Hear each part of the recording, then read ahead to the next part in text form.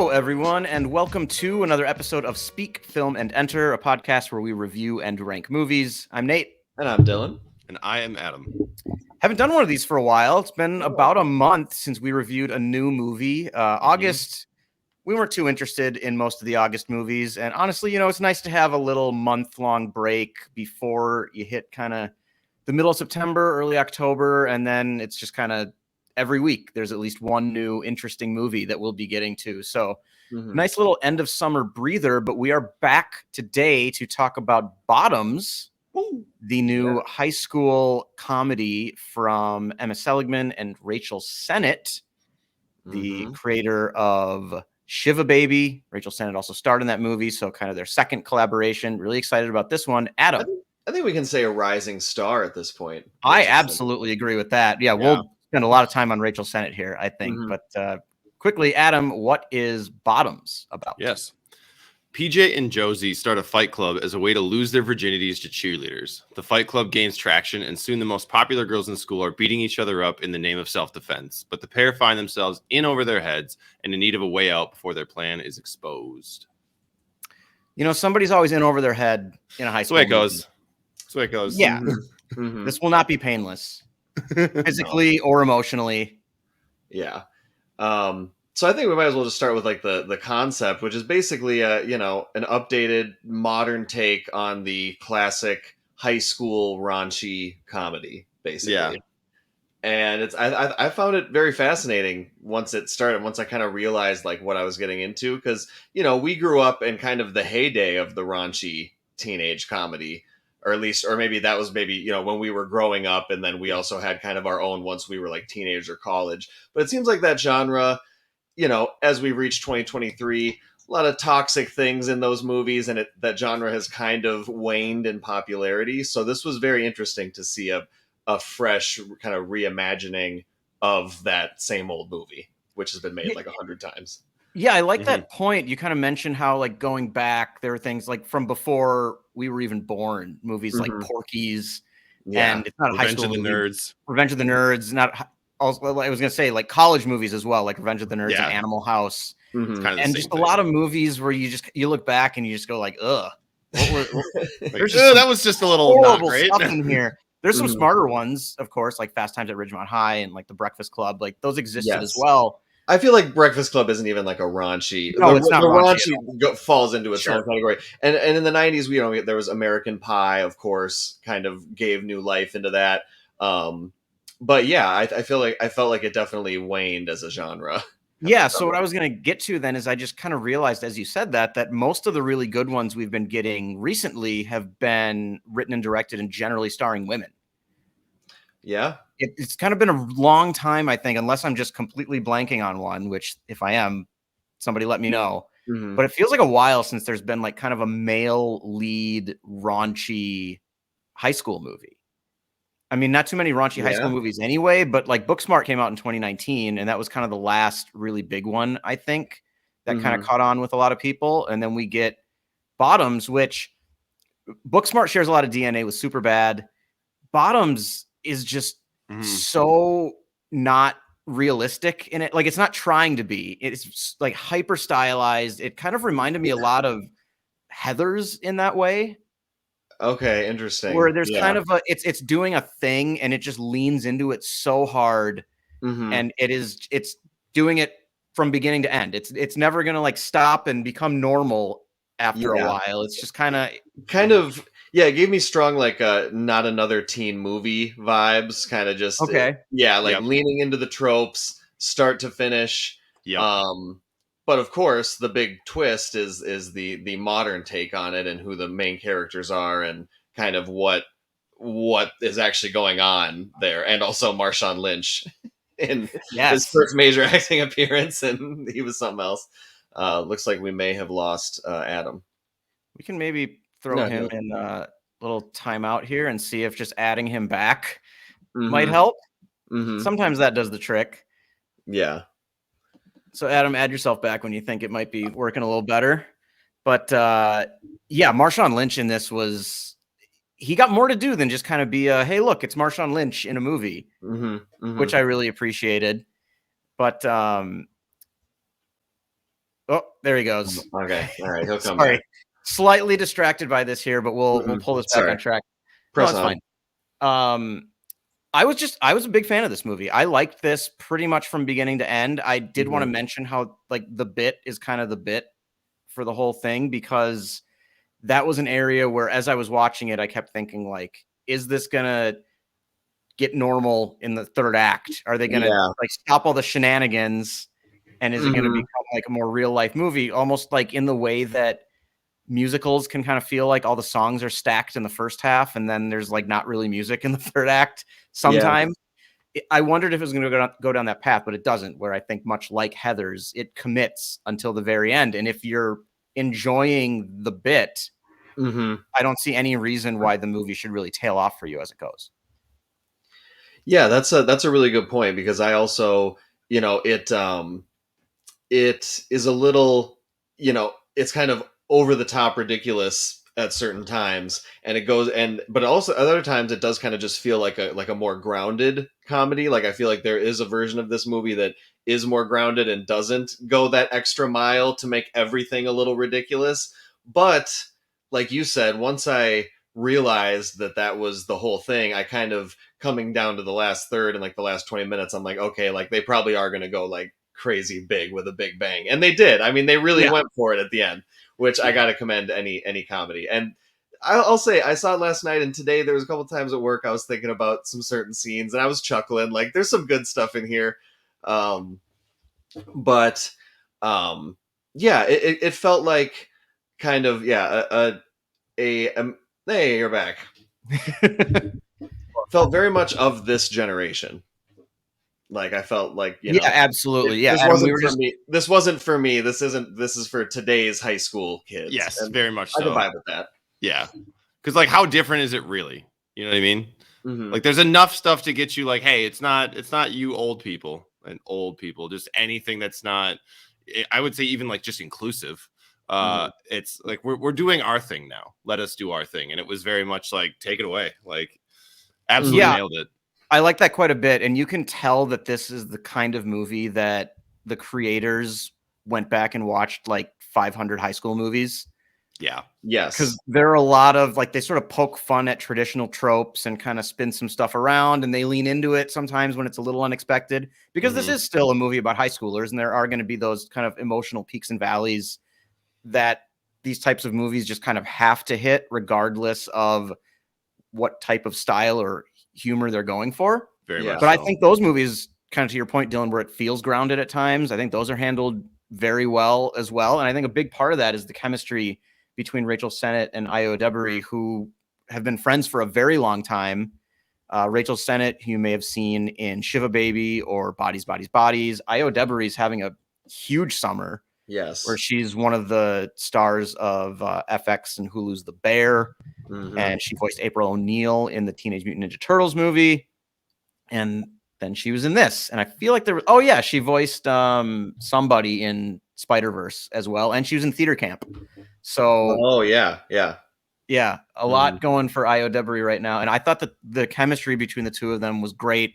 They were very believable, sort of outcast, not even really nerds. I kind of liked that. Yeah. It's sort of, the outcasts are almost always nerdy types in high school movies. And they went a little more along the lines of, in this sense, kind of like American Pie here, where they're just kind of like, people just don't really like them that much. And there's really nothing that special about them either. Yeah. Because they just sort of don't do anything. They're I like the average to what's the word they use? Average to unimpressive. Well, untalented. And that's and that's kind of the to point to the modernists, like there's a running joke, and we will not give away very many jokes, but just the people keep saying like you're not popular, no one likes you. It says not because you're gay, it's because you're untalented. Or because you're right or uninterested. And that like it just a lot of little stuff like that. And I thought it made them very relatable, just kind of middle of the pack high school, not cool kids. And that did fit, and was an interesting look at, to your point, this generation where high schoolers are still have these hierarchies. They might just be sorting themselves a little differently than when we were in school. Yeah. but the same things generally happen, and they're just right at the bottom, and they try to work their way up with this, I think, kind of brilliant from a what's the word I'm looking for? Like a concept standpoint. Like, I just love the one-line pitch for this movie. Yeah. This is really one that you can just say to people and you kind of can see in their eyes right away. They go like, oh, that's interesting. And I've, for the most part, found that this lived up to the concept completely. Yeah, I was intrigued to see how they were going to portray like the fight club that they start, and I thought it was done just the right amount of not really taking itself seriously. Yeah. And really leaning into like there were a lot of times where I felt like the audience, Adam, me and you saw it together, were like shocked. Yeah, there was a lot of shock. I also feel like we laughed a lot more than some of the other people, because we were sitting in the front of the audience. I couldn't really hear a bunch of the people behind us, but like we laughed at almost everything. And I feel like there was a lot of people who took some of those, like, you know, there's like a punch that gets thrown like right away and somebody like breaks their nose and everybody was like, oh, and we were like, oh shit. Like, yeah.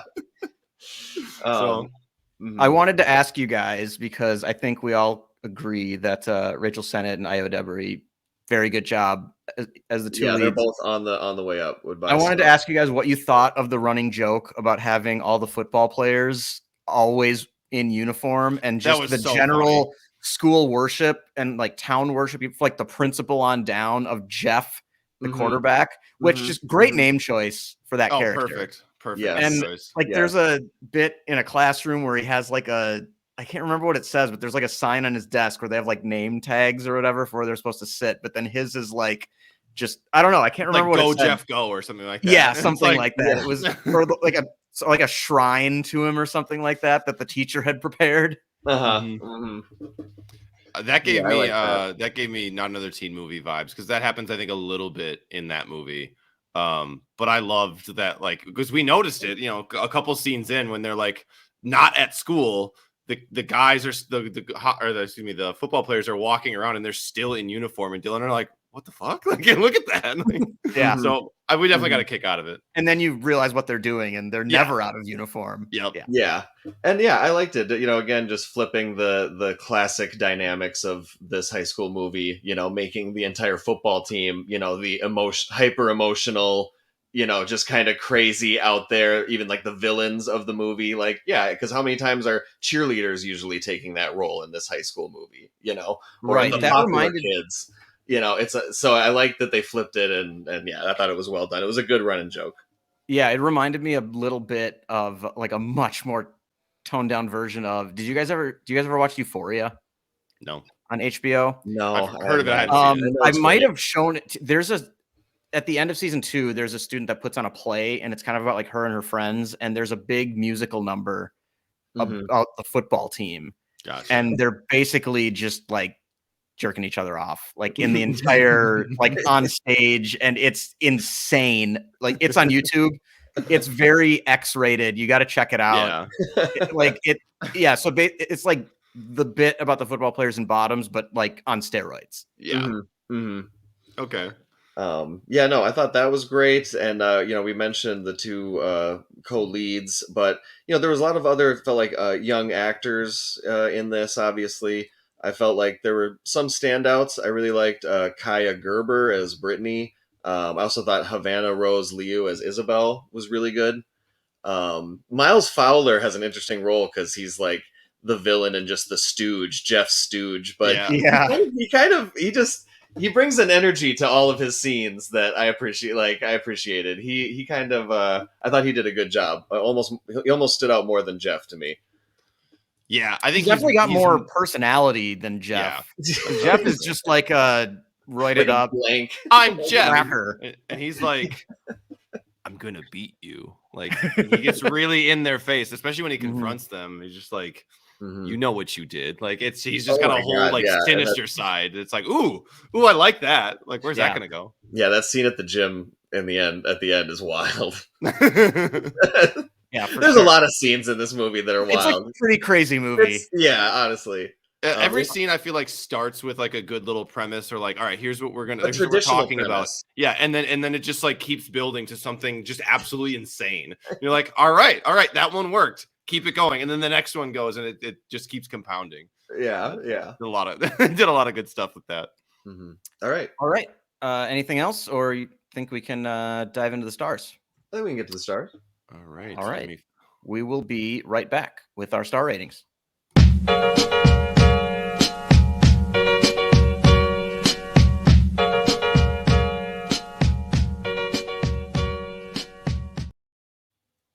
Okay.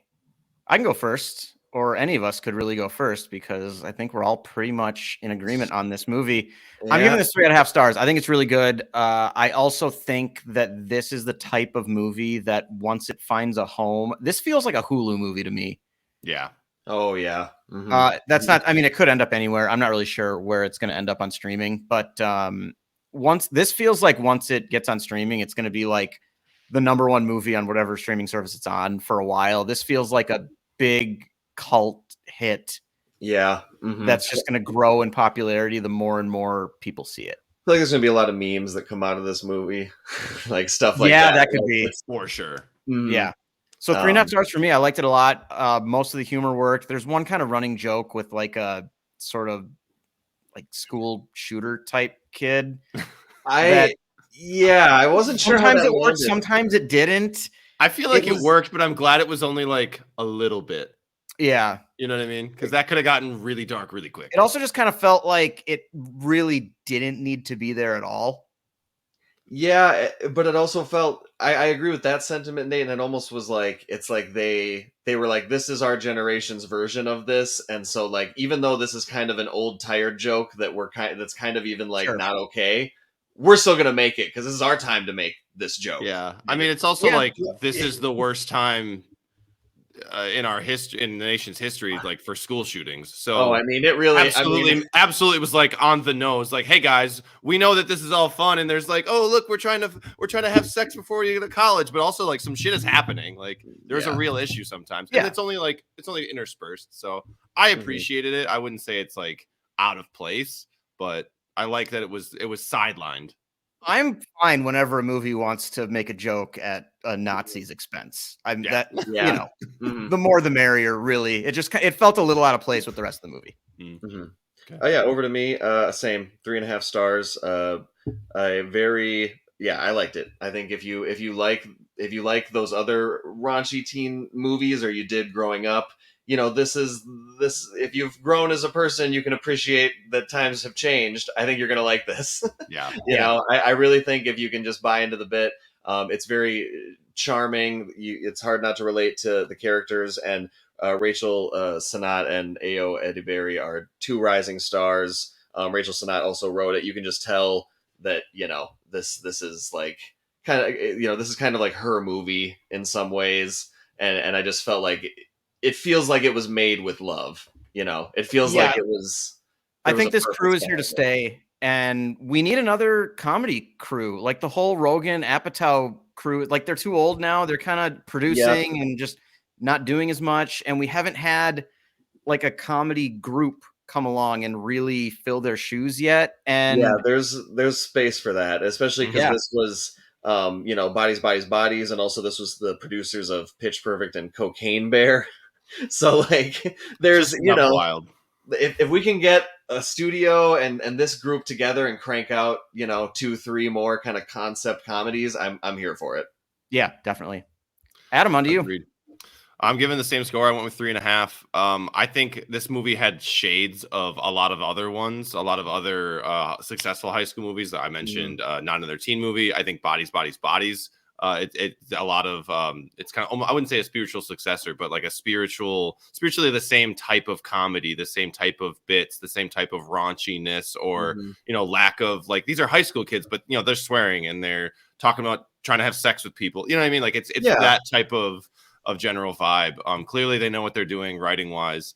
I had a lot of fun with it. I laughed a ton, and that's usually a good barometer of whether or not like jokes are going to land, or whether or not like you feel trusted with. They're going to go to a weird spot, or it's going to be cringy. Are they going to handle it well? And they absolutely did. I cringed a lot in this movie because you're supposed to, as you should. It's very much like, oh my God, why? Like, why did you say that? And it's just, it works out perfectly. I had a lot of fun with it. So yeah, 3.5 stars. I can't wait to watch it again.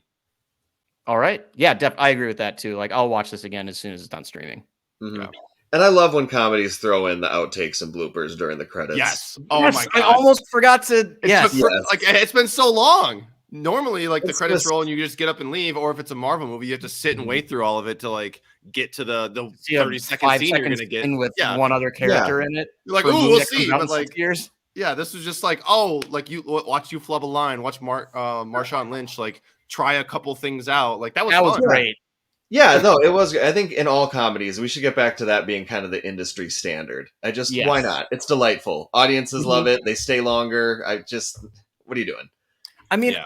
we've probably all done this. Like, how many times have you just found yourself watching like hours of outtakes from like Parks and Rec or The Office on YouTube? Yep. Yeah. Yep. Or It's fantastic. if you Or get a Sunny or- DVD, if you get a DVD and there's a blooper reel, Yeah. always, Yes. 100%. Yes. That's the one thing you watch. I've never for sure. encountered somebody who has said like pass. Yeah, when those are very good. It's given not the very- option of the blooper reel. Yeah, I'll take the director commentary instead, please. No, come on, man. I was really Give trying us to the talk about bloopers. it. Yeah. Yeah. All right. So good ratings from all of us. Definitely go Mhm. check out. I almost said Bodies. Bottoms Mhm. while it's still in theaters. Absolutely. Whose turn is it to put a wrap on the show? I've got it. All right, Adam, take it away. Well, I just look like I fuck. You know what I mean? I look like I fuck. And that's the vibe I like to put out there.